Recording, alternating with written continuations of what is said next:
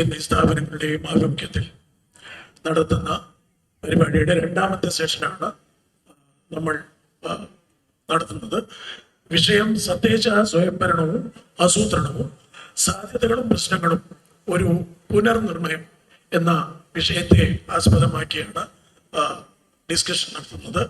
വളരെ കാലിക പ്രാധാന്യമുള്ള ഒരു വിഷയമാണ് നമ്മൾ ഇന്ന് ചർച്ചയ്ക്ക് എടുക്കുന്നത്.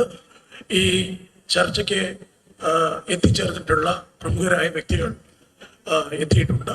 വളരെ ഗൗരവപൂർവമായ ഒരു ചർച്ച നമ്മൾ ഈ തീമിൽ നമ്മൾ പ്രതീക്ഷിക്കുന്നു. നമുക്ക് ഏവർക്കും അറിയുന്നത് പോലെ ഈ വിഷയം അവതരിപ്പിക്കുന്നത് മുൻ planning board member professor doctor Mridul ഈപ്പനാണ്. ചർച്ചയിൽ പങ്കെടുക്കുന്നത് പ്രൊഫസർ സണ്ണി ജോർജ് സാറാണ്. അദ്ദേഹം കിലയിൽ നിന്ന് റിട്ടയർ ചെയ്ത പ്രൊഫസറാണ്. തദ്ദേശ സ്വയംഭരണവും ആസൂത്രണവും സാധ്യതകളും പ്രശ്നങ്ങളും പുനർനിർണയം എന്ന വിഷയത്തെ കുറിച്ച് രണ്ടു വാക്ക് സംസാരിക്കാൻ ഞാൻ ആഗ്രഹിക്കുന്നു. ഭരണഘടനയുടെ 73-ഉം 74-ഉം ഭേദഗതികൾ ആധാരമാക്കി തദ്ദേശ സ്വയംഭരണ സ്ഥാപനങ്ങൾ അധികാര കേന്ദ്രങ്ങളായി മാറുകയും 1994 കേരള പഞ്ചായത്ത് രാജ് നിയമം നിലവിൽ വന്നതോടെ വികേന്ദ്രീകൃതമായ ആസൂത്രണം നടപ്പിൽ വരുത്തുകയും ചെയ്തു.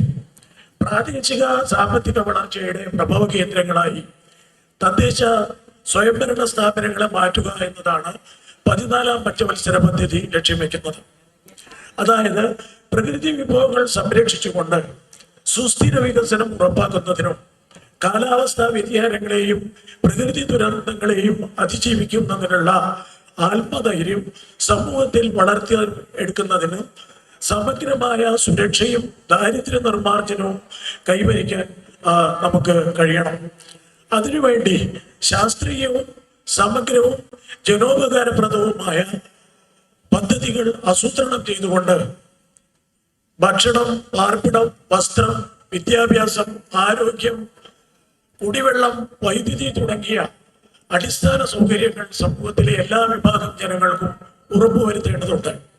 ഉൽപാദനക്ഷമത വർദ്ധിപ്പിച്ചും പ്രാദേശിക വിഭവങ്ങൾ ശാസ്ത്രീയമായ രീതിയിൽ വിനിയോഗിച്ചും ഗ്രാമങ്ങളിൽ കൂടുതൽ തൊഴിലവസരങ്ങൾ സൃഷ്ടിച്ചും മൂല്യവർദ്ധിത ഉൽപ്പന്നങ്ങളുടെ നിർമ്മാണത്തിലൂടെയും വിപണനത്തിലൂടെയും എല്ലാവർക്കും ഒരു നിശ്ചിത വരുമാനം ഉറപ്പുവരുത്താൻ നമുക്ക് കഴിയണം. ശാസ്ത്രീയമായ ആസൂത്രണത്തിലൂടെ മാത്രമേ ഈ നേട്ടങ്ങൾ കൈവരിക്കാൻ നമുക്ക് കഴിയുകയുള്ളൂ. ഏറെ പ്രസക്തിയുള്ള ഈ വിഷയം ഇവിടെ അവതരിപ്പിക്കുന്നത് നമുക്ക് ഏവർക്കും ആരാധ്യയായ മുൻ പ്ലാനിംഗ് ബോർഡ് അംഗം പ്രൊഫസർ ഡോക്ടർ മൃദുൽ ഈപ്പൻ ആണ്. അവരെ വളരെ സ്നേഹത്തോടെ ആദരവോടെ നമുക്ക് എല്ലാവർക്കും വേണ്ടി ഈ വേദിയിലേക്ക് ഹാർദവമായി സ്വാഗതം ചെയ്യുന്നു. ചർച്ചയിൽ പങ്കെടുക്കുന്നത് കിലയുടെ പ്രൊഫസറും റിട്ടയർ ചെയ്ത മുൻ പ്രൊഫസർ സണ്ണി ജോർജ് അവർകളാണ്. ഈ വിഷയത്തെ ആസ്പദമാക്കി ചർച്ച നയിക്കുന്നത് സണ്ണി ജോർജ് സാറാണ്. അദ്ദേഹത്തെ ഈ വേദിയിലേക്ക് എല്ലാവർക്കും വേണ്ടി ഹാർദവമായി സ്വാഗതം ചെയ്യുന്നു. ഈ സെഷനിൽ ഉപസംഹാര പ്രസംഗം നടത്തുന്നത് ഡോക്ടർ എം ജയമോഹൻ സാറാണ്. അദ്ദേഹം സ്വാഗത സംഘം കൺവീനറാണ്, സംഘാടക സമിതി കൺവീനറാണ്. അദ്ദേഹം ശ്രീനാരായണ ഓപ്പൺ യൂണിവേഴ്സിറ്റിയുടെ രജിസ്ട്രാർ ഇൻചാർജാണ്. അദ്ദേഹത്തെ ഏറെ ആദരവോടുകൂടി ഈ വേദിയിലേക്ക് സ്വാഗതം ചെയ്യുന്നു. ഈ വിഷയം അവതരിപ്പിക്കുന്നതിന് വേണ്ടി മൃദുൽ ഈപ്പൻ അവരെ ക്ഷണിച്ചുകൊണ്ട് നിർത്തുന്നു. നന്ദി, നമസ്കാരം.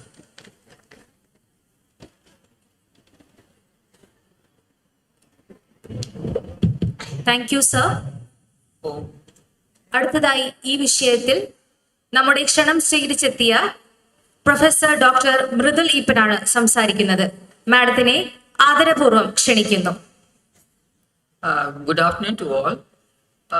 എനിക്ക് വളരെ സന്തോഷമുണ്ട് ഇവിടെ വന്നിട്ട് ആദ്യമായിട്ടാണ് ഇവിടെ വരുന്നത്.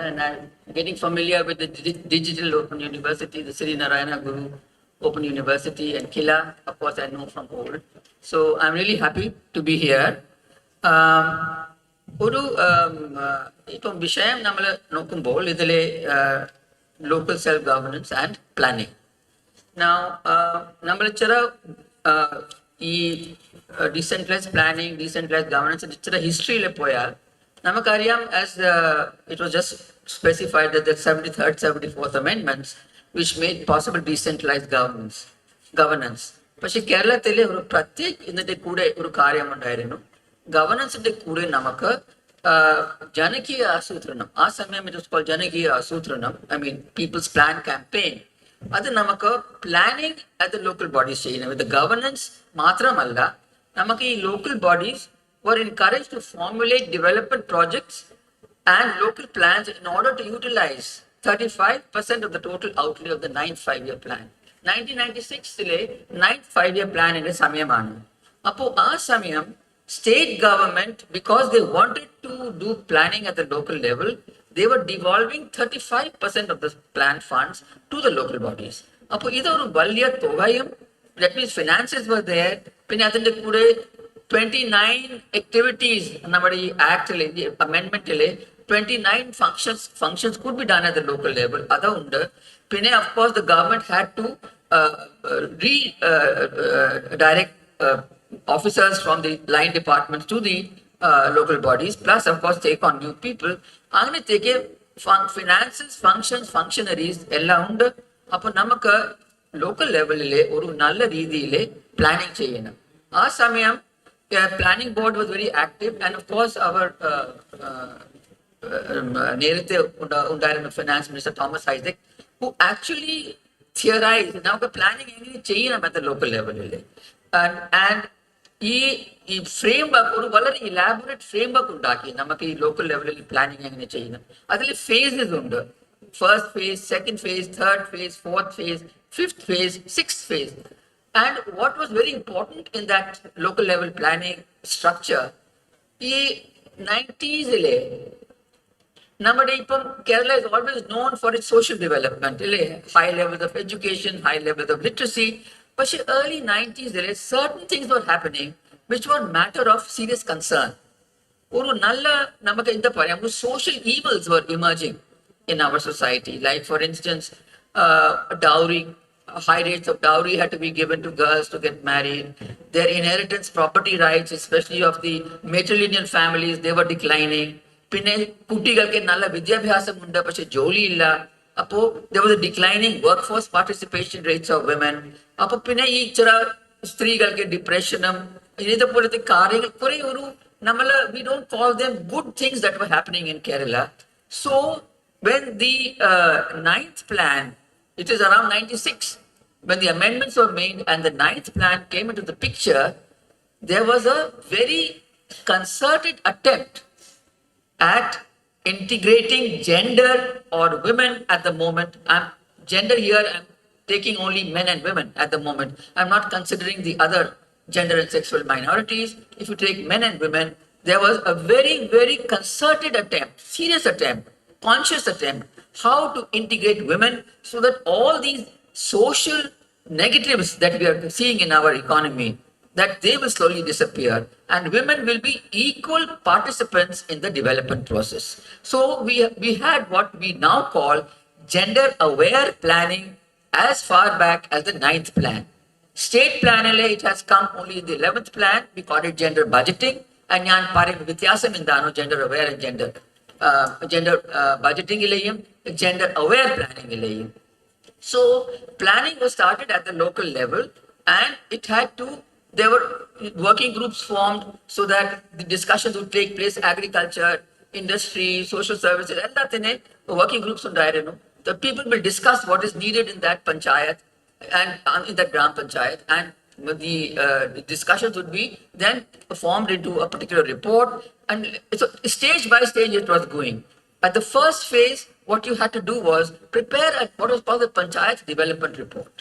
Ee panchayatile ella areas ile indana situation, indana ivide achievements, indana porayama, engineyano namakka, what is the way ahead, ee ella karyangalile we had to do that for the panchayats at the in the Panchayat Development Report. Adile, a special chapter on women was also there. That means what are the problems the women are facing in terms of discrimination, in terms of the gender gaps in wages, the gender gaps in employment, and most of all, that all the household work has to be done by the women. Even if they want to work outside the house, വീടിന്റെ കാര്യങ്ങൾ അവർക്കാണ് എല്ലാം ചെയ്യേണ്ടത്. അപ്പോൾ ഇത് ഒരു double burden for women. How do we make the situation better for them? So the plan, what they did was, they said, out of this plan fund for planning, which has come from the state plan, 10% should be kept for women-specific schemes. This is called the WCP. Okay? And these other schemes which are prepared by agriculture or industry or services, any other sector, they should also be seen through what is called a gender lens. Idile gender sensitivity undo illa. Apo, what do I mean? I don't want to go into the gender part of the planning alone, but I think I must specify what do I mean by gender sensitivity. Namakku ariyam, nammade society le oru unequal division of labor undu. That is, men are supposed to be the breadwinners, women are supposed to be the homemakers. Oru average nammal angana vicharikkunu. Pinne സ്ത്രീകളുടെ സമയം infinitely ഇലാസ്റ്റിക്കാ. നമ്മൾ എന്തോ ചെയ്താലും ഏത് രീതിയിൽ നമ്മൾ macro policy മാറ്റിയാലും സ്ത്രീകൾ will find the time to adjust.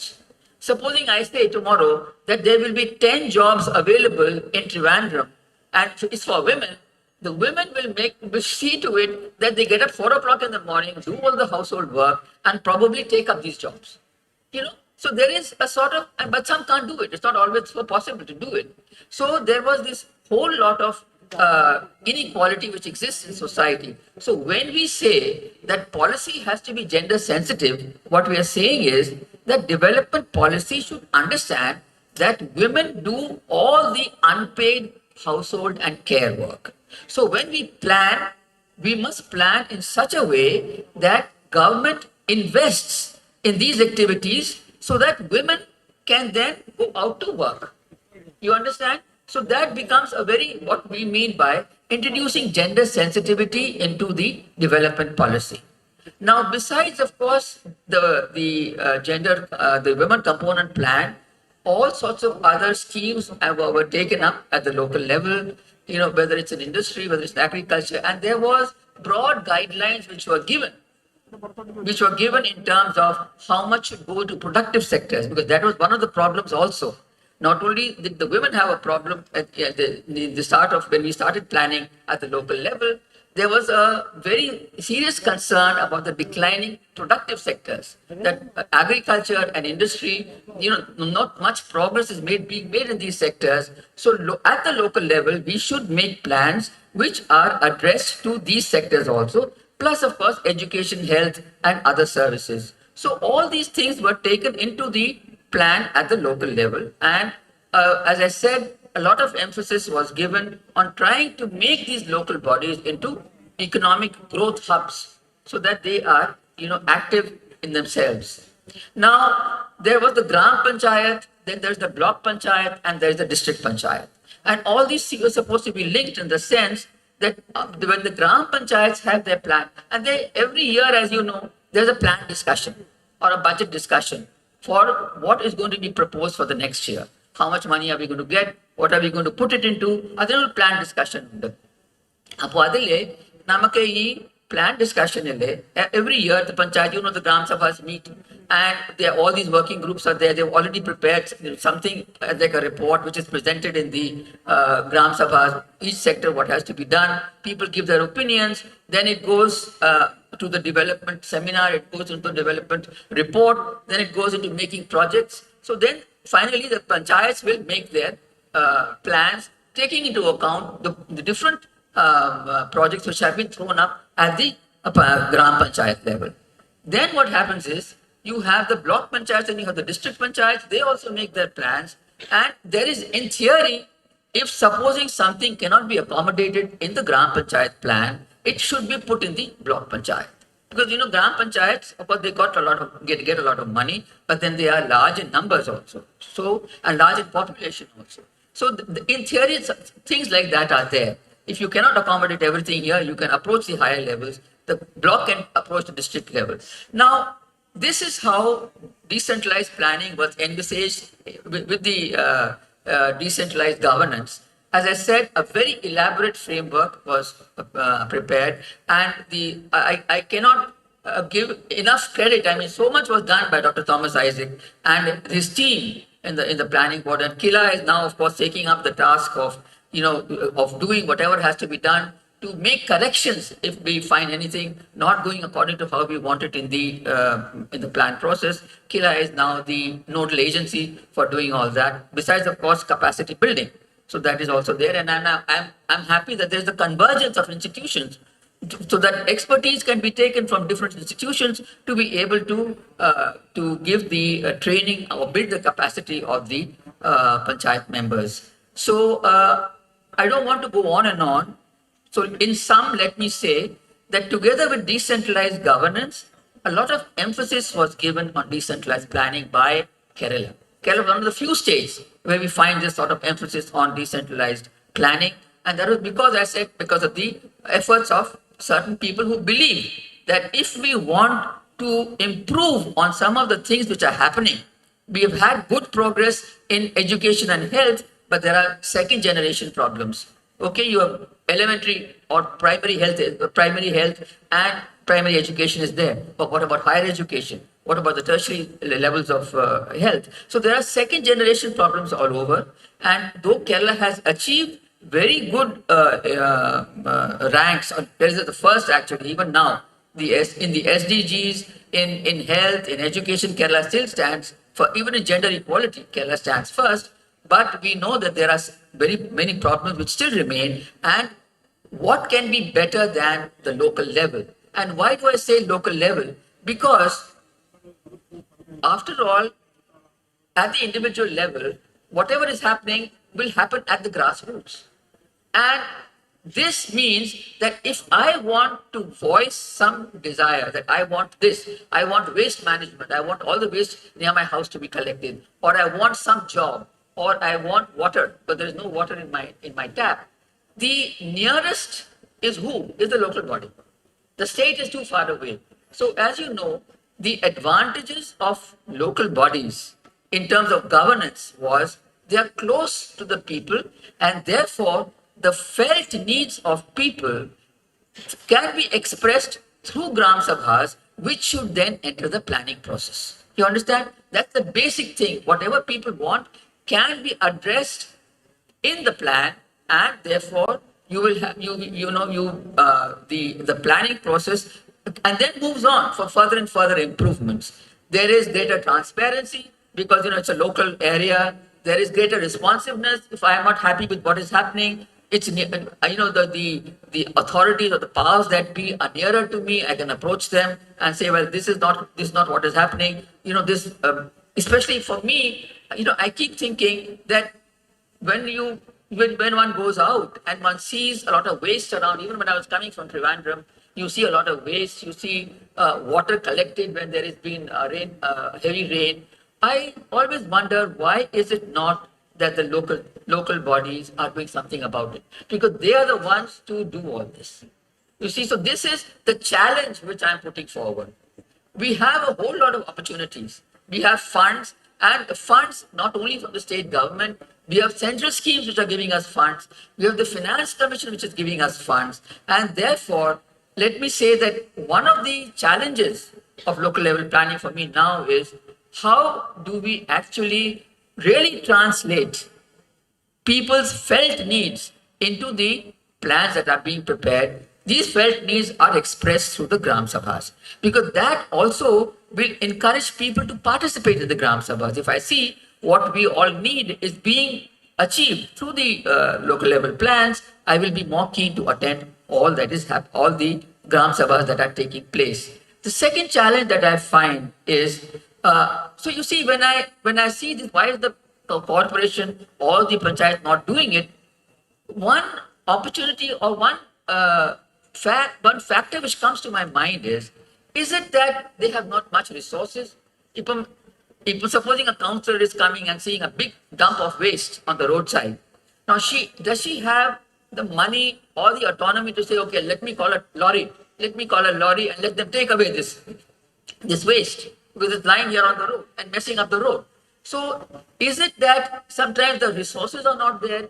Is it that enough autonomy is not there to the local members? So these are questions which one has to discuss. And I think as we go on year after year, improving on earlier situations, even now, for instance, the waste management has improved so much, at least I think much more in the rural areas than in the urban areas. Now we have people collecting the waste, they give it to the facility center, then it's all recycled somewhere. So, there are people who collect your waste and do things like that. So many things which are happening, which we are improving year by year. I think that is what is the advantage of decentralized planning here, that we are open to criticism, open to taking on new challenges. Now, in this whole issue of do we have autonomy, do we have resources, I had a suggestion that came to my mind that I think each panchayat should have a flexi fund, a fund which it can access. ഇപ്പോൾ ഏതെങ്കിലും ഒരു പ്രശ്നം കണ്ടാൽ ഉടനെ എനിക്ക് തോന്നിയത് ശരിയാക്കണം എനിക്ക്. അപ്പോൾ അങ്ങനത്തെ സിറ്റുവേഷനിൽ can I immediately get hold of some funds and do it? അപ്പോൾ ആ രീതിയിൽ എനിക്ക് ഒരു തോന്നുന്നത് നമുക്ക് from the point of view of individual beneficiaries, it will be very useful if there is a flexi fund kept with the panchayats, which I think should be kept with the block panchayat probably, and it can be accessed. Every gram panchayats ke other edukam nammade need anusarichittu ipo ella gram panchayats equally distribute cheyidal adalla solution. That is not what I'm suggesting, because sometimes that happens. Whatever money comes equally distributed among all the members or all the gram panchayats, that doesn't serve the purpose. The block panchayat should decide who is the one who needs the most, and this fund should be accessible to the gram panchayats for doing something like this, something innovative. Then the planning has also, so many improvements have been taking place in the planning process, for instance, of the local bodies, so that they can prepare the plan before the financial year is over, and then as soon as the financial year is over, they can start implementing the plan. Another thing which they have done is what are called the innovative programs. Supposing a panchayat has some innovative idea and they find that money which is kept under the different sectors is not sufficient or not adequate for it, they can dip into this, they can get money from this innovative. So all the time we are trying to improve the functioning of the gram panchayats and the planning at the gram panchayats so that they deliver in terms of increased production. I don't have to go through the achievements. I think morning ellarum paranju kaanam indokke achievements on the local level planning inde. How many achievements have been there, whether it's the service delivery, whether it's schools, health, in every agriculture industry, in every sector, there have been vast improvements that have taken place. But somewhere I feel there is still need for certain changes to be made, as I said, so that there is a better reflection of people's needs in the plans of the Gram Panchayat. That is one thing. The second thing, of course, is I didn't want to emphasize too much on the gender part. We know that the women component plant is still continuing. It gets spent, but we have not been able to mainstream gender. That is, ഇപ്പം സ്ത്രീകളുടെ പ്രശ്നങ്ങൾ ഹെൽത്തിലെ ഉണ്ട്, എഡ്യൂക്കേഷനിലെ ഉണ്ട്, employment എല്ലാ സെക്ടേഴ്സിലെ ഉണ്ട്. If we want employment for women, we want it in industries. They're already working. ഇപ്പം നമ്മളിവിടെ കൊല്ലം full of cashew workers. So they're already working. So we have women in all sectors. Therefore, we should plan in such a way that it reflects the needs of women in each sector, just as we do at the state level. So whatever you find happening at the local level, which you think is not appropriate or which you think is harmful to women or to men, this is somewhere the issue should be brought out in your discussions, that this is what we should have. The Kashivandi workers, for instance, they're sitting the whole day long. What happens to their back? What happens to their occupational health? Can we have a scheme for that? Can we say that let's have a scheme on health? Now that will come in the health sector. It's not in the women and child sector. So education, you find that there are certain girls, maybe from the Adivasi groups, who are dropping out and they can't go for higher education because the higher education schools are too far away. So what do? So let's have a plan. Let's have transportation for these girls from the higher secondary to from the middle school to the high school, whatever it is. So I'm saying that we should keep in mind what are the problems which we are seeing and then translate them into schemes. And therefore, we will have women also being integrated into the development process. And the third thing I'd like to emphasize is there are certain things which are really can be done at the local level much more effectively than at the state level. Whether it's violence, for instance, violence not only against women, but violence which is we are seeing now. I mean, it's unheard of in Kerala, the types of violence we are seeing now. And we also know that there are political reasons, but I'm not going into that. But I'm saying we should not allow violence to continue. Now, violence is one thing which can be very effectively handled at the local level. We know that for women, there are Jagrata Samitis, there is Kudumbashri help desks, and the Panchayat members are also there to solve the problems of violence at the local level, because these women cannot access what is happening in Trivandrum and solve those problems. It must much better settled if it is settled locally. Second thing, of course, is the disaster management. We have seen in the floods and the pandemic how the local bodies, there was a reorientation of plan. All the plans of the local bodies were reoriented to meet the needs of the flood affected people and to meet the needs of the pandemic. So you see how dynamic the local bodies have been in terms. Supposing planning was not there. That's whenever I talk about Kerala's experience in gender budgeting elsewhere, they all say, but we don't have plans. So what do people sit down with when disaster happens? Here immediately, the local bodies, all the the officials will sit down together and decide now how, and there is a department of local government. All the 5 departments, the integrated local self-governments now. So everybody will sit down and decide now, okay, this has happened. We need more money for livelihood. We need more money for cleaning up the houses and things like that. So money is redirected from other sectors to the local bodies. So I'm saying that given the advantages which local bodies have in meeting the needs of the people, let us see that more and more what the felt needs of the people are met in the plans of the local bodies. And I mentioned to you that 2 or 3 things which are very critical, which can be managed much, much better at the local level, is the whole issue of violence and the issue of disaster management, which I think if there are plans I think there have already been disaster management committees and things like that which are happening at the local level.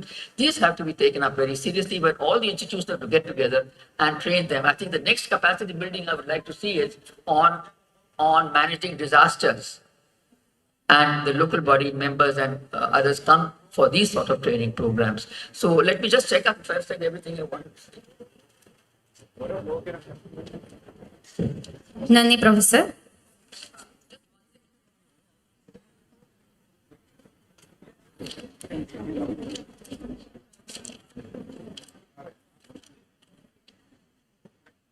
So let me conclude by saying that my one great recommendation in this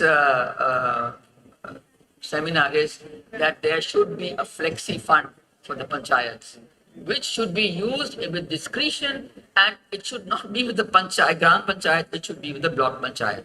That's my one thing. And the second thing is that violence has to be tackled at the local level, and we have to use the Jagrata Samitis more effectively, and they come into the plan. You see, like we have gender awareness, that is part of the plan. You have a scheme on gender awareness, you have a scheme on night walk, you have a scheme on police patrolling areas. These are all schemes which can be put in the plan. So this is one thing, and the other thing is about the disaster management. So thank you very much. I hope I have given you a flavor of what can be done at the local level through planning, and that governance is not just governance, local level governance, but it also means local level planning. Thank you so much. Nandi, Professor. തദ്ദേശ സ്വയംഭരണവും ആസൂത്രണവും സാധ്യതകളും പ്രശ്നങ്ങളും ഒരു പുനർനിർണയം എന്ന വിഷയത്തിന്റെ panel ചർച്ചയ്ക്കായി കിലയിലെ retired professor doctor Sunny George അവർകളെ ബഹുമാനപൂർവ്വം ക്ഷണിക്കുന്നു.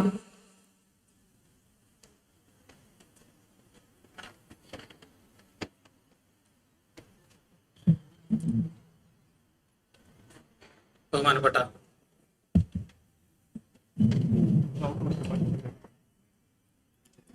മൃദുലീപൻ madam, doctor TM. Vijayan, doctor Jayamohan, doctor Jayaprakash, ladies and gentlemen, സുഹൃത്തുക്കളെ, വളരെ സന്തോഷമുണ്ട് ഇങ്ങനെ ഒരു അവസരത്തിൽ എനിക്ക് അല്പസമയം സംസാരിക്കാൻ ഒരിടം തന്നതിൽ.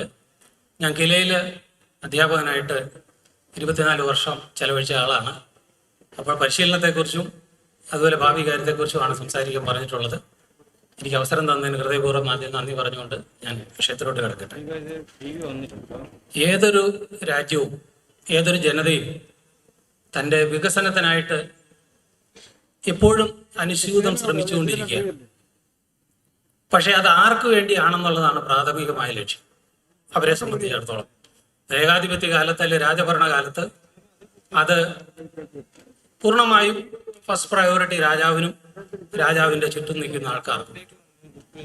അതിനുശേഷം സോക്രട്ടീസ് പോലെയുള്ള അതുപോലെ ഉള്ള ചിന്തകന്മാർ വന്ന് ഒരു ഡെമോക്രസി എന്നൊരു സിസ്റ്റം കണ്ടുപിടിച്ചു. അരിസ്റ്റോട്ടലും ഒക്കെ അതിൻ്റെ പിതാവായിട്ട് അറിയപ്പെടും.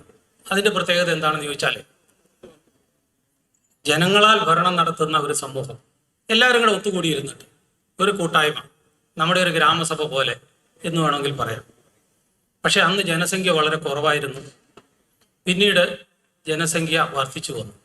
അതായത് എല്ലാവർക്കും കൂടി വട്ടം കൂടി ഇരുന്ന്, ഇന്ത്യയിലുള്ള ജനങ്ങളെല്ലാവരും കൂടി വട്ടം കൂടി ഇരുന്നിട്ട് നമ്മൾക്ക് ഒരു തീരുമാനം എടുക്കാൻ കഴിയില്ല. അപ്പോൾ അതിന് പകരം റെപ്രസെൻറ്റേറ്റീവ് ഡെമോക്രസി, പ്രാതിനിധ്യ ജനാധിപത്യം വന്നു. ആ പ്രാതിനിധ്യ ജനാധിപത്യം വന്നപ്പോൾ സംഭവിച്ച ഒരുപാട് ഗുണങ്ങളുമുണ്ട്, കുറച്ച് ദോഷങ്ങളുമുണ്ട്. അങ്ങനെ വന്നതിൽ ഏറ്റവും പ്രധാനപ്പെട്ട ഒരു ബുദ്ധിമുട്ടായിട്ട് എനിക്ക് തോന്നിയിട്ടുള്ളത് ഒരു ബ്യൂറോക്രസി ഡെവലപ്പ് ചെയ്ത് വന്നു എന്നുള്ളതാണ്. നമ്മൾ ബ്യൂറോക്രസി, അത് ബ്യൂറോക്രസി എന്ന് ഞാൻ ഉദ്ദേശിക്കുന്ന ഒരു എലമെന്റ് ഓഫ് ഒരു ടൈപ്പ് ഓഫ് വർക്ക്. കാരണം പ്രതിനിധികളായിട്ട് തിരഞ്ഞെടുക്കപ്പെടുകയും അവർ ഭരണം നടത്തുകയും ചെയ്യും. കാര്യങ്ങൾ നടത്താനായിട്ട് ഒഫീഷ്യൽസ്, അതായത് ഉദ്യോഗസ്ഥരുടെ ഒരു ശൃംഖല നമ്മൾ സൃഷ്ടിച്ചു. അതിലിങ്ങനെ കെട്ടുവരിഞ്ഞ് കിടക്കുകയാണ്. രണ്ട് രീതിയിലുള്ള ഒരു ബുദ്ധിമുട്ട് വന്നു. ഒന്ന്, നേരിട്ട് ജനങ്ങളുടെ കാര്യങ്ങൾ അറിയുന്നില്ല, ജനങ്ങളോട് നേരിട്ട് സംവാദം നടക്കുന്നില്ല. രണ്ട്, ബ്യൂറോക്രസി. ആ ബ്യൂറോക്രസിയാണ് ഏറ്റവും വളരെ നീരാളിപ്പിടുത്തം പോലെ അങ്ങോട്ട് താഴെ. അപ്പം അതിനൊക്കെ സൊല്യൂഷൻ ആയിട്ടാണ് ഒരു പരിധിവരെ ഈ ഡീസെൻട്രലൈസേഷൻ, അതായത് വികേന്ദ്രീകൃതമായിട്ടുള്ള ഒരു ഭരണ സംവിധാനം വരികയാണ്. അപ്പം ഞാനിത് എടുത്തു പറയാൻ കാരണം എന്നാന്ന് ചോദിച്ചാൽ, കേന്ദ്രീകൃത ഭരണ സമ്പ്രദായത്തിൻ്റെ എല്ലാ ആസ്വാദക ഘടകങ്ങളും നമ്മൾ ഭരണത്തിൽ വരുമ്പോൾ, പണ്ട് രാജാവ് അല്ലെങ്കിൽ രാജഭരണകാലത്ത് ഉണ്ടായിരുന്നത് പോലെയുള്ള അല്ലെങ്കിൽ പ്രാതിനിധ്യ ജനാധിപത്യത്തിലുള്ളത് പോലെയുള്ള ആ ജനപ്രതിനിധികളും ഉദ്യോഗസ്ഥരും എൻജോയ് ചെയ്യുന്ന അതേ രീതിയിൽ നമ്മൾ എൻജോയ് ചെയ്യാൻ പാടില്ല. നമ്മുടെ ലക്ഷ്യം, അതാണ് ഞാൻ പറയാൻ പോകുന്നത്, പരിശീലനത്തെക്കുറിച്ചാണ് പറയാൻ പോകുന്നത്. നമ്മുടെ ലക്ഷ്യം എന്ന് പറയുന്നത് ആദ്യകാലത്തുണ്ടായിരുന്നത് പോലെ ഒരു 100-300 പേര് കൂടി കഴിഞ്ഞ് തീരുമാനമെടുക്കാൻ കഴിയുന്ന രീതിയിൽ കാര്യങ്ങൾ ചർച്ച ചെയ്ത് മുന്നോട്ട് വരണം. മൃദുൽ മാഡമൊക്കെ അതിൻ്റെ ഡീറ്റെയിൽസ് പറഞ്ഞു. നേരത്തെ ഇതിനോട് ഒരുപാട് കാര്യങ്ങൾ നമ്മൾ പഠിച്ചിട്ടുമുണ്ട്. ഇതാണ് ഈ ഒരു വ്യത്യാസം നമ്മൾ ഫീൽ ചെയ്യണം. എന്തുകൊണ്ട് ഡീസെൻട്രലൈസേഷൻ, എന്തുകൊണ്ട് വികേന്ദ്രീകരണം, എന്തുകൊണ്ട് പഞ്ചായത്ത് എന്നൊരു ചോദ്യം നിലനിൽക്കുകയാണ്. അതിന് നമ്മൾ മറുപടി പറയാൻ കഴിഞ്ഞില്ലെങ്കിൽ ഇതൊരു പക്ഷേ മറിയുന്ന ഇതിനകത്ത് വീണ്ടും തിരിച്ചു പോകാനും മറിച്ചു പോകാനൊക്കെ ഉള്ളൊരു സാധ്യതയുണ്ട്. അപ്പോൾ ഏതൊരു സമൂഹവും വിജയത്തിലോട്ട് നോക്കുമ്പോൾ ചിലര് വിദ്യാഭ്യാസ കാര്യമെന്ന് പറഞ്ഞു തുടങ്ങും, ചിലര് ആരോഗ്യകാര്യം എന്ന് പറഞ്ഞ് തുടങ്ങും. അങ്ങനെ തുടങ്ങി വെക്കുന്ന അങ്ങനെയാണ് ഓരോ പബ്ലിക് ആക്ഷൻ ആയിട്ട് വരികയാണ്. ഇവിടെ കേരളത്തിന്റെ ഹിസ്റ്ററി എടുത്ത് പരിശോധിച്ചാൽ നമ്മൾ വിദ്യാഭ്യാസവും ആരോഗ്യവും അതുപോലെ പൊതുവിതരണ സമ്പ്രദായവും ഒക്കെ പണ്ടേ ഉണ്ട്. പക്ഷെ അതിനെയൊക്കെ ഒന്ന് കൺസോളിഡേറ്റ് ചെയ്ത് പെട്ടെന്ന് ഒരു അവസരം കിട്ടി. ആ അവസരം കിട്ടിയത് 73-74 ഭരണഘടനാ ഭേദഗതി വഴി സാമ്പത്തിക വികസനത്തിനും സാമൂഹ്യ നീതിക്കും ആവശ്യമായ പദ്ധതികൾ തയ്യാറാക്കൽ നടപ്പിലാക്കുന്നതിനുള്ള ഉത്തരവാദിത്വം തദ്ദേശ സ്വയംഭരണ സ്ഥാപനങ്ങൾക്ക് കൊടുത്തു. അപ്പൊ നമ്മൾക്ക് ഒരു പരിധി വരെ ഒരു പരമാധികാരം പോലെ നമ്മുടെ ഏരിയയിലുള്ള കാര്യങ്ങൾ ചെയ്യാനുള്ള ഒരു അവസരം നമുക്ക് ലഭിച്ചു. ഇനി പെട്ടെന്ന് ഓരോരുത്തർ ചോദിക്കാറുണ്ട്, സാധാരണക്കാരും എല്ലാവരും ചോദിക്കാറുണ്ട്, അത് എന്നോട് ചോദിക്കാറുണ്ട്, എന്താണ് പഞ്ചായത്തുകളുടെയും മുനിസിപ്പാലിറ്റികളുടെയും പരിപാടി? ഞാൻ സാധാരണ പറയാറുള്ളത്, ക്ലാസ്സിലും പറയാറുള്ളത്, ഒരു മനുഷ്യൻ ജനിക്കുമ്പോൾ തൊട്ട് മരിക്കുന്നത് വരെയുള്ള കാര്യങ്ങളിലെല്ലാം ഉണ്ട്. എവിടെയാണ് ജനിക്കുന്നത് എന്ന്, ഞാൻ ജനിച്ചു എന്നല്ല, എൻ്റെ ഒരു കുട്ടി ഉണ്ടായാൽ ജനിച്ചു എന്ന് രേഖപ്പെടുത്തുന്നത് എവിടെയാണ്? ഒരു തദ്ദേശ സ്വയംഭരണ സ്ഥാപനത്തിലാണ്. നമ്മുടെ ലൈഫിലെ കല്ലുകൾ തന്നെ നോക്ക്. ഒരു ആൾ കല്യാണം കഴിച്ചു, എവിടെയാണ് രജിസ്റ്റർ ചെയ്യുക? അത് തദ്ദേശ സ്വയംഭരണ സ്ഥാപനത്തിലാണ് രജിസ്റ്റർ ചെയ്യുക. ഒരാള് മരിച്ചുപോയി, എവിടെയാണ് രേഖപ്പെടുത്തുക? അത് ശ്മശാനം വരെ ഒരുക്കിക്കൊണ്ട് അവിടെ നമ്മൾ ഇതാണ് ചെയ്യുന്നത്. ഇനി ആ കുട്ടി ഗർഭിണിയായി, ഒരു കുട്ടി ഗർഭിണിയായി അമ്മയുടെ വയറ്റിലിരിക്കുന്നു, ആ കുട്ടിക്ക് പോഷകാഹാരം ഉറപ്പാക്കേണ്ടത് ആരുടെ ഉത്തരവാദിത്തമാണ്? തദ്ദേശ സ്വയംഭരണ സ്ഥാപനത്തിന്റെ ഉത്തരവാദിത്തമാണ്. അമ്മയ്ക്ക് എന്തെങ്കിലും വൈദ്യ പരിശോധന വേണം, എവിടെയാണ് പോവുക? അവിടെയാണ്. അതേ സമയത്ത് ആ കുട്ടി ജനിച്ചു, ഓടിക്കളിക്കാറായി, എവിടെ വിടും?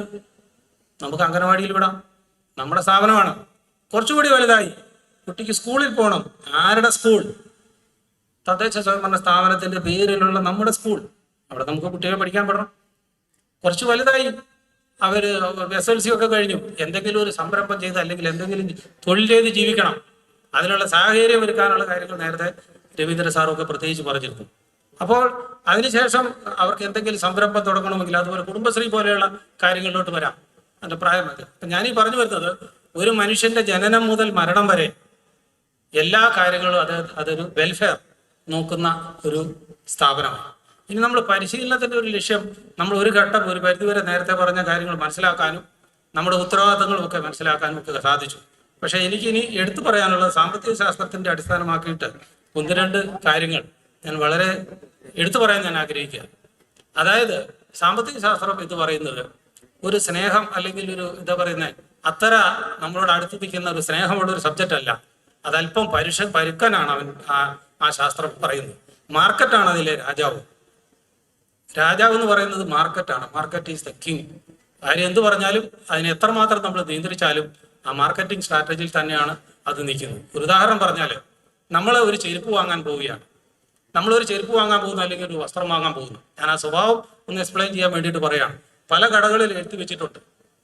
ഒരു പക്ഷേ ഒരിക്കൽ നമ്മൾ കുടുംബശ്രീ യൂണിറ്റ് ആണെന്ന് പറഞ്ഞുകൊണ്ട് ഒരു ഓക്കെ അതിൽ വാങ്ങാം എന്ന് നമ്മൾ വിചാരിക്കാം. പക്ഷെ നമ്മുടെ കുട്ടികളും നമ്മുടെ വൈഫും അല്ലെ വേറൊരു ഇതിനെക്കുറിച്ച് പരിചയമില്ലാത്ത ഒരാളാണ് തീർച്ചയായിട്ടും പറയും ക്വാളിറ്റിയാണ് നോക്കുക. അവിടെ ഏത് ക്വാളിറ്റി ആണെന്ന് നോക്കുകയുള്ളൂ, വേറെ ഒന്നും നോക്കൂല. ആ ക്വാളിറ്റിയുള്ള സാധനം അതിന് വില കൊടുത്തു. അപ്പൊ അതുകൊണ്ട് ഞാൻ വേറൊരു സെനേറിയോ ഞാൻ കാണുകയാണ് ഇപ്പൊ ഇവിടെ കേരളത്തിൽ. ഞാനൊന്ന് നിങ്ങളുടെ ശ്രദ്ധപ്പെടുത്തുകയാണ്. നമ്മൾക്ക് ഇഷ്ടം പോലെ ചക്കപ്പഴമുണ്ട്, അല്ലെ ചക്കയുണ്ട് മരത്തേൽ. പക്ഷേ ചക്ക വേണമെന്ന് ആഗ്രഹിക്കുന്ന ആൾക്ക് അത് ക്വാളിറ്റിയോടുകൂടി അത് വെട്ടി പാക്ക് ചെയ്തൊരു ചക്ക കിട്ടാനില്ല. നമ്മൾക്ക് അരിക്ക് വില കൂടുതലാണെന്ന് നമ്മൾ ഭയങ്കരമായിട്ട് പറയുന്നു. അരിക്ക് വില ഭയങ്കരമാണെന്ന് പറയുന്നു. അതിന് നമ്മൾ വിഷമിക്കുന്നു. 40 രൂപയായി 50 രൂപയായി എന്നൊക്കെ പറയുന്നു. അതേസമയം കർഷകൻ പറയുന്നു എൻ്റെ നെല്ല് വിൽക്കാൻ പറ്റില്ല എന്ന്. എൻ്റെ നെല്ല് എടുക്കാൻ ആളില്ല, അത് പാടത്ത് കിടന്ന് നഷ്ടപ്പെട്ടു പോവുകയാണ്. കപ്പ ഉണ്ടാക്കുന്നവൻ, കൃഷി ചെയ്ത കപ്പ വിൽക്കുന്ന, ഞാനിതൊക്കെ നേരിട്ട് കണ്ടതുകൊണ്ട് പറയാണ്. അയാൾ പറയുന്നു, സാറേ ഇത് പണിക്കൂലി പോലും കിട്ടാതെ ഇത് സംഗതി പോകുന്നു. പക്ഷെ കപ്പ ആവശ്യമുള്ള മലയാളികൾക്കെല്ലാം കപ്പ ഇഷ്ടമാണ്, ആ കപ്പ കിട്ടുന്നില്ല. ഏത്തക്കൊല കൃഷി ചെയ്യുന്നു, ഏത്തവാഴ കൃഷി ചെയ്യുന്നു ആയിരക്കണക്കിന് ആൾക്കാർ. അവർ പറയുന്നു ആയിരക്കണക്കിന് ഏത്തക്കൊല മൂത്ത് നിൽക്കുന്നു, അതിന് വിലയില്ല, അതിന്റെ കാര്യങ്ങളില്ല. പച്ചക്കറി കൃഷി ചെയ്യുന്നവർ പറയുന്നു, പാവല് കൃഷി ചെയ്യുന്നവർ പറയുന്നു എനിക്ക് പാവല് വിൽക്കണമെന്നുണ്ട്, പക്ഷെ ഇത് വാങ്ങാൻ ആളില്ല. ഞാൻ സജസ്റ്റ് ചെയ്യുന്നത്, ഓരോ തദ്ദേശ സ്വയംഭരണ സ്ഥാപനങ്ങളും അവരുടെ പരിമിതമായ നിലകളിൽ നിന്നുകൊണ്ട് ഇതിനെ ഒരു കൈമാറ്റ സംവിധാനം, ഒരു എക്സ്ചേഞ്ച്, ലോക്കൽ എക്സ്ചേഞ്ച് ഇത് നടത്തുന്ന രീതിയിലുള്ള ഒരു കോമൺ മാർക്കറ്റ് സംവിധാനം, അതായത് പെട്ടെന്നൊന്നും ഞാൻ അതിനെ ഡിഫൈൻ ചെയ്ത് പറയുകയല്ല, ഒരു മാർക്കറ്റിംഗ് സംവിധാനം ഉണ്ടായിട്ടുണ്ട്. മാർക്കറ്റിംഗ് സംവിധാനം നമ്മൾക്ക് ഒരുപാടുണ്ട്. അതിൻ്റെ ഒരു പരിമിതി കൂടി ഞാൻ എടുത്ത് പറയുകയാണ്. ആ പരിമിതി എന്ന് പറയുന്നത്, അതിലേറ്റവും വലിയ പരിമിതി എന്ന് പറയുന്നത് അതിൻ്റെ ക്വാളിറ്റി കൺട്രോളാണ്. ക്വാളിറ്റി കൺട്രോളാണ്. ഒരു മനുഷ്യൻ അത് ബ്രാൻഡഡ് സാധനത്തിന് പോകുന്നതിൻ്റെ പിന്നിലുള്ള ഒരേ ഒരു ഘടകം അതിൻ്റെ ക്വാളിറ്റി അഷുറൻസ് ആണ്. അപ്പോൾ ഞാൻ സജസ്റ്റ് ചെയ്യുന്നത്, കഴിയുമെങ്കിൽ ഓരോ പ്രാദേശികമായിട്ടുള്ള അതാത് സ്ഥലങ്ങളിൽ ഉള്ള മെറ്റീരിയൽസിനെ നമ്മൾ കളക്ട് ചെയ്ത് അതിനൊരു മിനിമം ക്വാളിറ്റിയിൽ ഒരു സമയബന്ധിതമായിട്ട് കൊടുക്കാൻ പറ്റുകയാണെങ്കിൽ, ഇപ്പോൾ അതിനുള്ള എല്ലാവിധ വിജ്ഞാന കാര്യങ്ങളുണ്ട്. അത് അല്പം കേന്ദ്രീകൃതമായിട്ട് കൂടി സ്റ്റേറ്റ് ലെവലിലൊരു കൂടി ഒരു ഇനിഷ്യേറ്റീവ് എടുക്കുകയാണെങ്കിൽ, നമ്മൾക്ക് മാർക്കറ്റിങ്ങിനായിട്ടുള്ള ഈ സോഫ്റ്റ്വെയർ ഉണ്ടാക്കിയിട്ടുണ്ടെങ്കിൽ, ഒരാൾക്ക് 10 കിലോ വാഴപ്പഴം വിൽക്കാനുണ്ടെങ്കിൽ അത് നമ്മൾ വാട്സാപ്പിലോ അല്ലെങ്കിൽ ആ സൈറ്റിലോ നോക്കുമ്പോൾ കിട്ടും. അത് എവിടെ കൊടുക്കുന്നു, അത് എക്സ്ചേഞ്ച് ചെയ്യുന്ന എവിടെ പോയാൽ കിട്ടും, അതിൻ്റെ വില എന്താണ്, അത് വീട്ടിൽ കൊണ്ടേ തരാൻ പറ്റുമോ, അങ്ങനെയുള്ള കാര്യങ്ങളൊക്കെ നമുക്ക് ചെയ്യാൻ പറ്റുകയാണെങ്കിൽ that will be local economic ഡെവലപ്മെന്റിന് ഏറ്റവും. കാരണം മാർക്കറ്റ് വളരെ പ്രിഡേറ്ററി ആയിട്ട് ഇന്ന് നിങ്ങൾ കേരളത്തിൽ നോക്കിക്കഴിഞ്ഞാൽ ഏതാണ്ട് ഒരു 20% ഇതേപോലെ ഓൺലൈൻ മാർക്കറ്റിംഗ് നടക്കുന്നുണ്ടാവണം ഒരുപാട്, പ്രത്യേകിച്ച് ഈ കൊറോണയൊക്കെ വന്നപ്പോൾ. അപ്പം ഞാനിത് പറയാൻ കാരണം ഇത് ചെറിയൊരു കാര്യമല്ല. നമ്മൾ അടുത്ത സ്റ്റേജ് എന്ന് പറയുന്നത്, അതായത് വികേന്ദ്രീകരണത്തിന്റെ ഫസ്റ്റ് സ്റ്റേജ് നമ്മൾ കടന്നു. സെക്കൻഡ് സ്റ്റേജ് എന്ന് പറയുന്നത് സാമ്പത്തികമായിട്ട് അത് നേരത്തെ രവീന്ദ്ര സാറും പറഞ്ഞു, പ്രൊഡക്ഷൻ അത് വർദ്ധിപ്പിക്കണം എന്നുള്ള കാര്യത്തിൽ പറഞ്ഞു. ഇനി ഒന്ന് രണ്ട് സന്തോഷകരമായ ഒരു പോയിന്റ് ഞാൻ പറയുന്ന ഈ മൃദുൽ മാഡം പറഞ്ഞ അനുസരിച്ച് അത് വെച്ച് പോകണം. ഇപ്പോൾ വനിതകളുടെ കാര്യം പറഞ്ഞു. വനിതകൾ വീട്ടിലിരുന്ന് ഒരുപാട് അധ്വാനിക്കുന്നുണ്ട്, പക്ഷെ അതെങ്ങും പൈസ കണക്കിൽ കൂട്ടുന്നില്ല. വീട്ടിലെടുക്കുന്ന പൈസ, വീട്ടിൽ ചെയ്യുന്ന ജോലി അത് കണക്ക് കൂട്ടുന്നില്ല. 4 ആളുടെ പണിയെടുക്കും, പക്ഷെ അത് സർക്കാർ ജോലി അല്ലാത്തത് കൊണ്ടും അത് വേറെ ആര് ശമ്പളം കൊടുക്കൽ വാങ്ങൽ നടക്കാത്തതുകൊണ്ടും അതിൽ വരുന്നില്ല. സോ ഞങ്ങളുടെ ഒരു പോയിന്റ് ഔട്ട് ചെയ്യാൻ ചെയ്യുന്ന ആഗ്രഹിക്കുന്ന കാര്യങ്ങൾ, കേരളത്തിലെ സ്ത്രീകൾ ജോലി ചെയ്യുന്നതിന്റെ കണക്ക് കൂടി എടുത്തു കഴിഞ്ഞാൽ നമ്മുടെ പെർ ക്യാപിറ്റ ഇൻകം കുറച്ച് എന്തായാലും കൂടും തീർച്ചയായിട്ടും. അത് വരാത്തതുകൊണ്ടാണ് ഒരു പരിവേഷ. പക്ഷേ ഭാവിയിൽ ഇപ്പൊ അതിനെക്കുറിച്ച് ചർച്ച നടക്കുന്നുണ്ട്. അതുകൂടി അക്കൗണ്ടിങ്ങിൽ വരുത്തണമെന്നും മറ്റേ നാഷണൽ പ്രൊഡക്റ്റിന്റെ വാല്യൂ ആയിട്ട് ഈ വനിതകളുടെ കോൺട്രിബ്യൂഷൻ തന്നെ വരണമെന്നും ഉള്ള നമ്മുടെ ചർച്ചകൾ വ്യാപകമായിട്ട് നടക്കുന്നുണ്ട്. അപ്പൊ ഞാൻ പറഞ്ഞു വന്നതിന്റെ ഈ സാമ്പത്തികമായിട്ട് ഈ ലോക്കൽ എക്കണോമിക് ഡെവലപ്മെന്റ് കാര്യം പറഞ്ഞതിൽ ഇപ്പൊ ഇതിനകത്ത് ഏറ്റവും പ്രധാനപ്പെട്ടായിട്ടുള്ളത് ഒരു വ്യക്തി ഒരു സമൂഹത്തിൽ ഇൻവോൾവ് ആകുക എന്നുള്ളതാണ്. എനിക്ക് കഴിക്കാനുള്ള ഭക്ഷണം തന്നു, എനിക്ക് ഡ്രസ്സ് തന്നു, എനിക്ക് കളിക്കാനുള്ള തന്നു, പോകാനല്ലെന്ന്. പക്ഷേ ഐ ആം നോട്ട് ഹാപ്പി. ഞാൻ എപ്പോഴാണ് ഹാപ്പി ആകുന്നത്? ഒരു മനുഷ്യൻ ഹാപ്പി ആകുന്നത് നമ്മൾ മനസ്സിലാക്കുന്നത് അദ്ദേഹം അഭിമാനപൂർവ്വം സന്തോഷത്തോടു കൂടി ഒരു ജോലി ചെയ്യുകയും ആ ജോലിയുടെ പ്രതിഫലം കയ്യിൽ പറ്റുകയും അത് ഉപയോഗിക്കാനുള്ള ഒരു സാഹചര്യം അയാൾക്ക് ഉണ്ടാവുകയും ചെയ്യുമ്പോഴാണ്. വനിതകളുടെ ആയാലും ഒരു പ്രശ്നം ഒരു പരിധിവരെ അതിലാണ്. അതുകൊണ്ടാണ് എംപ്ലോയ്മെന്റിന് ഇത്ര ഒരു പ്രാധാന്യം വരുന്നത്. അതൊരു ആത്മാഭിമാനത്തിന്റെ കൂടി പ്രശ്നമാണ്. ഞാൻ കൂടിയുള്ളത്. അതുകൊണ്ടാണ് നമ്മൾ ഒരു സൊസൈറ്റിയിൽ അവർക്ക് വേണ്ടി ഇൻവോൾവ് ചെയ്യുന്നത്. അങ്ങനെ ചിന്തിക്കുമ്പോഴാണ് നമുക്ക് MGNREGs പോലെയുള്ള വർക്ക് ചെയ്ത് കൂട്ടായ്മ വന്നപ്പോൾ, കുടുംബശ്രീ പോലെയുള്ള നമ്മളുടെ ഒരു ഗ്രൂപ്പായിട്ട് വർക്ക് ചെയ്തപ്പോൾ കിട്ടിയിട്ടുള്ള ഒരു ഊർജം അത് വളരെ കേരളത്തിന് വളരെ പോസിറ്റീവായിട്ട് നമുക്ക് ഈ വികേന്ദ്രീകരണത്തിനോട് കൂടിയിട്ട് നമുക്ക് കൂടി ചേർന്ന് വെക്കാൻ നമുക്ക് സാധിച്ചിട്ടുണ്ട്. പിന്നെ എനിക്ക് പറയാനുള്ളത്,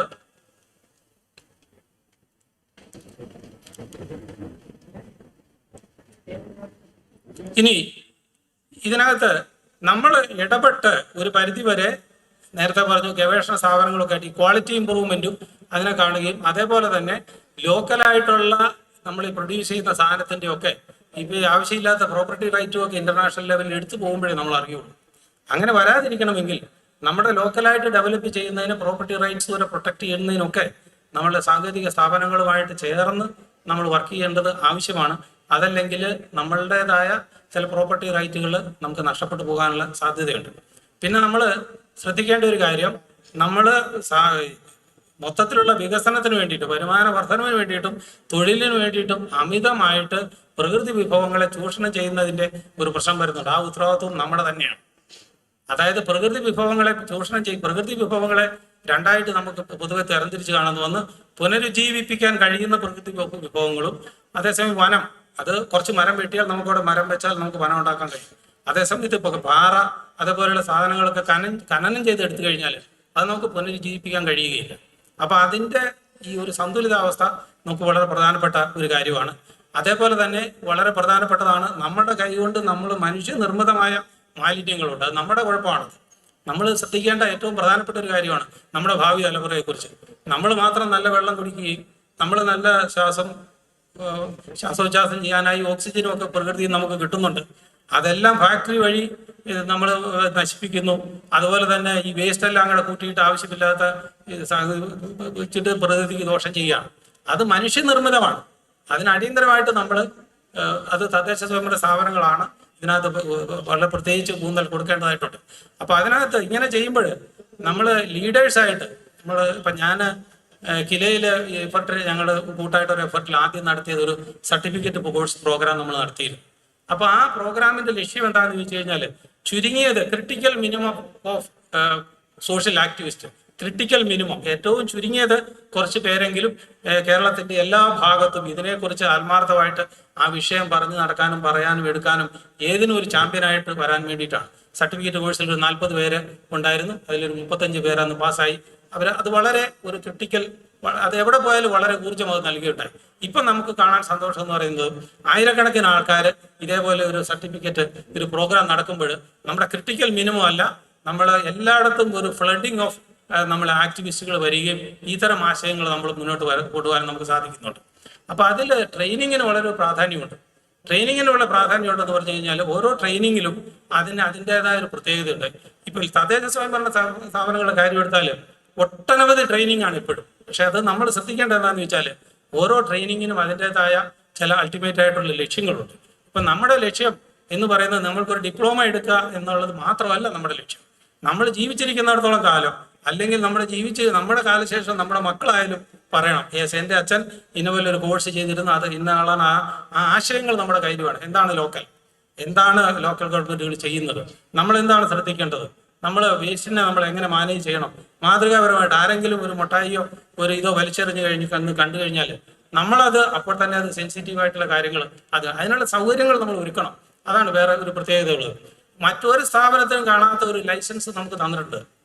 അതായത് ഞാൻ എടുത്തു സാമ്പത്തികമായ കാര്യങ്ങൾ കൈകാര്യം ചെയ്യുന്നതിനായിട്ട് ഒരു സർക്കാർ ഓഫീസിലോ ഒരു ഉദ്യോഗസ്ഥനോ ഒരു പൊതുകാര്യത്തിന് പണം പിരിച്ച് കാര്യം ചെയ്യാനുള്ള അനുവാദം കൊടുത്തിട്ടില്ല.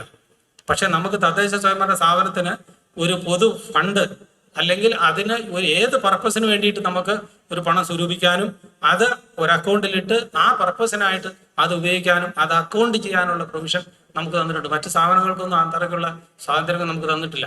ഒരു താലൂക്ക് ഓഫീസിനോ വില്ലേജ് ഓഫീസിനോ ഇങ്ങനെയുള്ള സ്വാതന്ത്ര്യമില്ല. ഒരു വില്ലേജ് ഓഫീസറോ ഒരു ഡിസ്ട്രിക്ട് കളക്ടറോ പോലും വിചാരിച്ചാൽ ഒരുപക്ഷെ അവർ ചെയ്യുന്ന ഒരു പ്രത്യേക സംവിധാനം വഴി മാത്രമല്ലാതെ ഇങ്ങനെ ഒരു സെപ്പറേറ്റ് കാര്യത്തിന് വേണ്ടി ചെയ്യാൻ കഴിയില്ല. ഇത് അക്കൗണ്ട് ചെയ്യാൻ വരെയുള്ള ഒരു സ്വാതന്ത്ര്യം നമുക്ക് തന്നിട്ടുണ്ട്. അപ്പോൾ ഇനി നമ്മൾ കാണുന്നത് ഈ വികസനം എന്ന് പറയുമ്പോൾ അത് എക്കണോമിക്സിന്റെ സാമ്പത്തിക ശാസ്ത്രത്തിന്റെ ഒരു ഒരു പോക്ക് കണ്ടു കഴിഞ്ഞാൽ അത് വളർച്ചയിലോട്ടാണ് അതിന് കൂടുതൽ ഊന്നൽ കൊടുക്കുന്നത്. ഗ്രോത്തിനാണ് എപ്പോഴും പ്രാധാന്യം. സോ എൻ്റെ എക്കണോമി ഇത് 8%, 10%, ഗ്രോത്ത് എന്നാ പറയുന്നത്. ഏത് ഡോക്യുമെന്റ് എടുത്താലും നമ്മൾ നോക്കിക്കഴിഞ്ഞാൽ ഇന്ത്യ 8% ലക്ഷ്യപ്പിക്കുന്നു, 4% കിട്ടി. കേരളം 8% ലക്ഷ്യപ്പിക്കുന്നു. പക്ഷെ അത് ഗ്രോത്ത് എന്ന് പറയുന്നത് വളർച്ചയാണ്. അത് ഡെവലപ്മെന്റ് എന്ന് പറയുന്നത് വികസനമാണ്. അത് നമ്മൾ ആ ഒരു കൺസെപ്റ്റിലോട്ട് നമ്മൾ വരുമ്പോഴാണ് ആരൊക്കെ വിട്ടുപോയിട്ടുണ്ട്, ആരൊക്കെ ഇനി ബാക്കിയുണ്ട്, ആർക്കൊക്കെ കിട്ടാനുണ്ട്. ഈ കിട്ടുന്നത് മുഴുവൻ ഒരു ഭൂരിഭാഗം വരുന്ന ഒരു സമ്പത്തുള്ളതിനിലോട്ട് ഇത് കുഞ്ഞു കൂടുന്ന ഒരു പ്രവണത സാമ്പത്തിക ശാസ്ത്രം പഠിക്കുമ്പോൾ നമുക്ക് കാണുന്നുണ്ട്. ആ പ്രവണതയെ നമ്മൾ മനഃപൂർവ്വം ടാർഗറ്റ് ചെയ്ത് ലക്ഷ്യമിട്ടില്ലെങ്കിൽ അതിങ്ങനെ വളർന്നു പോകും. അത് തദ്ദേശ സ്വയംഭരണ സ്ഥാപനങ്ങളാണ് അത് ശ്രദ്ധിക്കുക. നമ്മൾ ചെയ്യുന്നുണ്ട് ഓൾറെഡി. ഒരുപാട് പെൻഷനുകളും സപ്പോർട്ടുകളും കാര്യങ്ങളൊക്കെ കൊടുക്കുന്നുണ്ട്. ട്രെയിനിങ്ങിന് വീണ്ടും ഞാൻ പ്രാധാന്യം വരുന്നു. നമ്മൾ പഠിപ്പിക്കേണ്ടത് ഒരു മനുഷ്യനെ അല്ലെങ്കിൽ അവരവരെ എത്ര പരിമിതമായ അയാൾക്ക് എത്ര പരിമിതി ഉണ്ടെങ്കിലും ആ പരിമിതിയിൽ നിന്നുകൊണ്ട് അയാൾക്ക് ചെയ്യാൻ പറ്റുന്ന ഒരു ചെറിയ കാര്യത്തിൽ ഇൻവോൾവ് ആക്കി അവർക്കും ഒരു തോന്നലുണ്ടാക്കണം. ഞാനും ഈ സൊസൈറ്റിക്ക് കോൺട്രിബ്യൂട്ട് ചെയ്യുന്ന ആളാണ്, ഞാൻ അതിൽ അഭിമാനം കാണുന്ന രീതിയിലുള്ള പ്രവൃത്തിയിലോട്ട്. അവിടെയാണ് നമ്മൾ ഈ വൈകല്യമുള്ളവരെയും അതുപോലെ മറ്റ് പോരായ്മയുള്ളവരെയും നമ്മൾ കൈപിടിച്ച് കൊണ്ടുവരുന്നത്. ഇതൊക്കെ നമ്മുടെ ഈ ഒരു സ്ഥാപനത്തിനും അല്ലാതെ മറ്റൊരു സ്ഥാപനത്തിലും അത് ചെയ്യാൻ കഴിയില്ല. നമുക്ക് അങ്ങനെ ഒരു അവസരമുണ്ട്. അപ്പോൾ ഇതൊരു വെൽഫെയർ സ്റ്റേറ്റ് ആണ്. നമ്മുടെ ലക്ഷ്യം എന്ന് പറയുന്നത് എല്ലാവരിലും, അല്ലാതെ ഒരു വളർച്ച ഉണ്ടാക്കുക, ടോട്ടൽ ഇൻകം വളർന്നു കാണുന്നു, മൊത്ത വരുമാനം കൂടുന്നതിലല്ല. ഓരോരുത്തർക്കും ഒരു അഭിമാനത്തോടുകൂടി ജീവിക്കാനുള്ള, ആത്മാഭിമാനത്തോടുകൂടി ജീവിക്കാനുള്ള ഒരു സാഹചര്യം ഒരുക്കുക എന്നുള്ളതാണ് നമ്മുടെ ഒരു ലക്ഷ്യം. അവിടെയാണ് ഇത്തരം കാര്യങ്ങൾ പറയുമ്പോഴാണ് നമ്മുടെ ഒരു ലീഡർഷിപ്പ് എന്ന് പറയുന്നത് ട്രാൻസ്ഫോർമേറ്റീവ് ലീഡർഷിപ്പ് ആയിരിക്കണം നമ്മളത്. അതായത് മാറ്റങ്ങൾ ഉണ്ടാക്കുക എന്നുള്ളതാണ് ലീഡറുടെ ലക്ഷ്യം. ഇന്നത്തെ പോലെ നാളത്തെ പോലെ മറ്റന്നാൾ നടക്കാനുള്ള സൗകര്യങ്ങൾ ഒരുക്കി വെക്കാനാണെങ്കിൽ അവിടെ വലിയ ലീഡർഷിപ്പിന് ആവശ്യമില്ല. ലീഡർഷിപ്പ് എന്ന് പറയുന്നത് മാറ്റങ്ങൾ കൊണ്ടുവരുന്നതിന് നേതൃത്വം കൊടുക്കുക എന്നുള്ളതാണ്. അപ്പൊ ഈ രീതിയിലുള്ള മാറ്റങ്ങൾ കൊണ്ടുവരണം. അടുത്ത ഒരു ജനറേഷനിലോട്ട് നമ്മൾ എല്ലാവർക്കും സാമ്പത്തിക സുരക്ഷ ഉണ്ടാകണം. അതിനു വേണ്ടിയിട്ട് നമ്മളുടെ സമൃദ്ധമായ നമുക്ക് പ്രകൃതി വിഭവങ്ങളും വിദ്യാഭ്യാസ സമ്പന്നരായിട്ടുള്ള ജനങ്ങളും അധ്വാനശീലരായിട്ടുള്ള യുവത്വങ്ങളും നമുക്കുണ്ട്. അപ്പൊ അതിന് നേതൃത്വം കൊടുക്കണം. അപ്പൊ ഓരോ കാര്യത്തിലും അപ്പം ഏത് പരിശീലനത്തിന്റെ വിഷയങ്ങൾ നമുക്ക് മാറ്റാം. വളരെ ഡീറ്റെയിൽ ആയിട്ട് നമുക്ക് പരിശീലനത്തിനോട് പോവുക. അതുപോലെ കൂൺ കൃഷി ആയാലും പച്ചക്കറി കൃഷി ആയാലും ചെറിയ വ്യവസായങ്ങളായാലും അതിന് മാർക്കറ്റ് ചെയ്യുന്നതിനായാലും അതിനുമൊക്കെ കൊടുക്കണം. ലീഡർഷിപ്പിന് ട്രെയിനിങ് കൊടുക്കണം. ട്രെയിനിങ് എന്ന് പറയുന്നത് എല്ലാവർക്കും കൊടുക്കേണ്ടത് അത്യാവശ്യമായിട്ടുള്ള കാര്യമാണ്. പക്ഷെ അതിൻ്റെ ഓരോന്നിൻ്റെയും ചിട്ടപ്പെടുത്തി അത് ചെയ്യാനുള്ള ഒരു ട്രാൻസ്ഫോർമേറ്റീവ് ലീഡർഷിപ്പ്, മാറ്റങ്ങൾ വരുത്തുന്ന ഒരു ലീഡറായിരിക്കണം. നമ്മുടെ ലീഡർഷിപ്പ് ഔദ്യോഗികമായിട്ടുള്ളതിന് പരിമിതി ഉണ്ടെങ്കിലും ലോക്കൽ ലെവലിൽ ആ ഔദ്യോഗികത ഒന്നുമില്ല.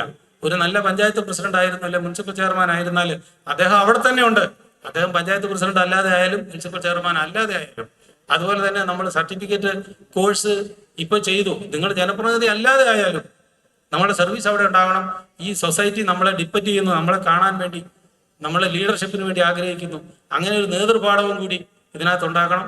ഈ നാട്ടിലെ എല്ലാവരെയും അഭിമാനപൂർവ്വം ജീവിക്കാനും സഹജീവികളെ അതേ സ്റ്റാറ്റസിൽ തന്നെ കാണാനും അതുപോലെ തന്നെ ജീവിക്കാനും നാളെയും മറ്റന്നാളും വരുന്ന തലമുറയ്ക്കും ഈ കാണുന്ന വെള്ളവും വായുവും ഉപയോഗിക്കാനുള്ള ഒരു സാഹചര്യം ഒരുക്കുമെന്ന് നിങ്ങളും പ്രതിജ്ഞ എടുക്കുമെന്ന് ഞാൻ പ്രതീക്ഷിക്കുന്നു.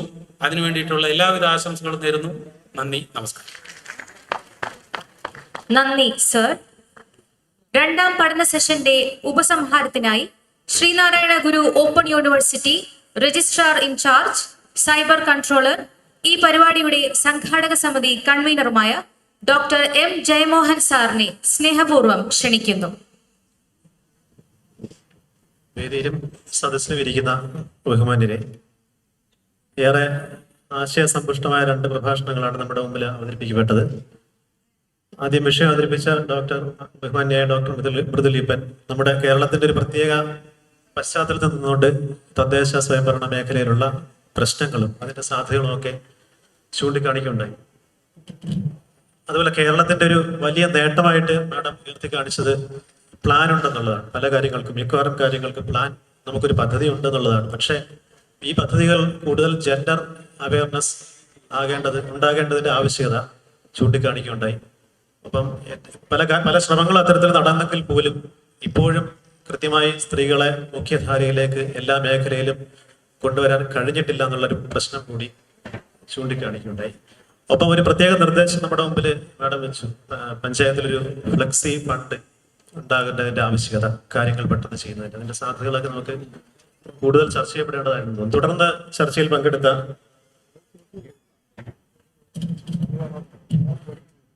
കേൾക്കാമോ?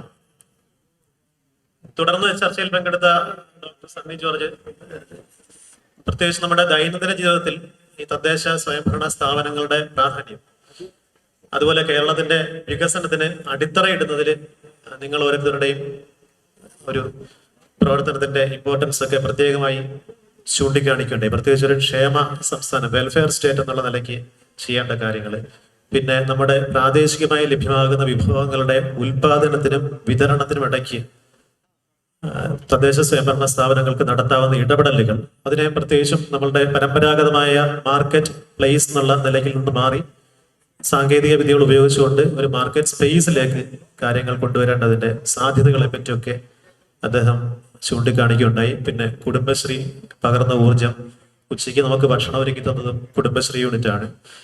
പിന്നെ പ്രകൃതി വിഭവങ്ങളെ ശരിയായിട്ട് ഉപയോഗപ്പെടുത്തേണ്ടതിന്റെ ആവശ്യകത, 2 പ്രഭാഷണങ്ങളിലും നമ്മളുടെ മുന്നോട്ട് വെക്കപ്പെട്ട ആശയങ്ങൾ, നിർദ്ദേശങ്ങൾ, പ്രത്യേകിച്ച് നമ്മളുടെ നിലവിലുള്ള സാഹചര്യങ്ങളിൽ നമ്മളുടെ നേട്ടങ്ങളെ കൂടുതൽ മുതൽക്കൂട്ടിലാക്കിക്കൊണ്ട് കൃത്യമായ പ്ലാനിങ്ങോടുകൂടി മുന്നോട്ട് പോകേണ്ടതിന്റെ ആവശ്യകതകളാണ്. ഇവിടെ ഉയർന്ന നിർദ്ദേശങ്ങൾ സ്വാഭാവികമായും നിങ്ങൾ നെഞ്ചിലേറ്റി മുന്നോട്ട് പോകുമെന്ന് പ്രതീക്ഷിക്കുന്നു. ഈ ചർച്ച ഇവിടെ ഇങ്ങനെ ഉപസംഹരിക്കുകയാണ്. നന്ദി. Thank you. നന്ദി സർ. ഇതോടുകൂടി രണ്ടാമത്തെ പഠന സെഷൻ ഇവിടെ സമാപിച്ചിരിക്കുന്നു.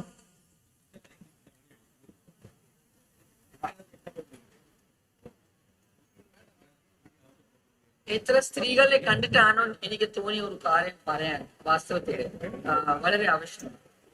Once you become a member of Gram Panchayat, Block Panchayat, please don't think that your work is over.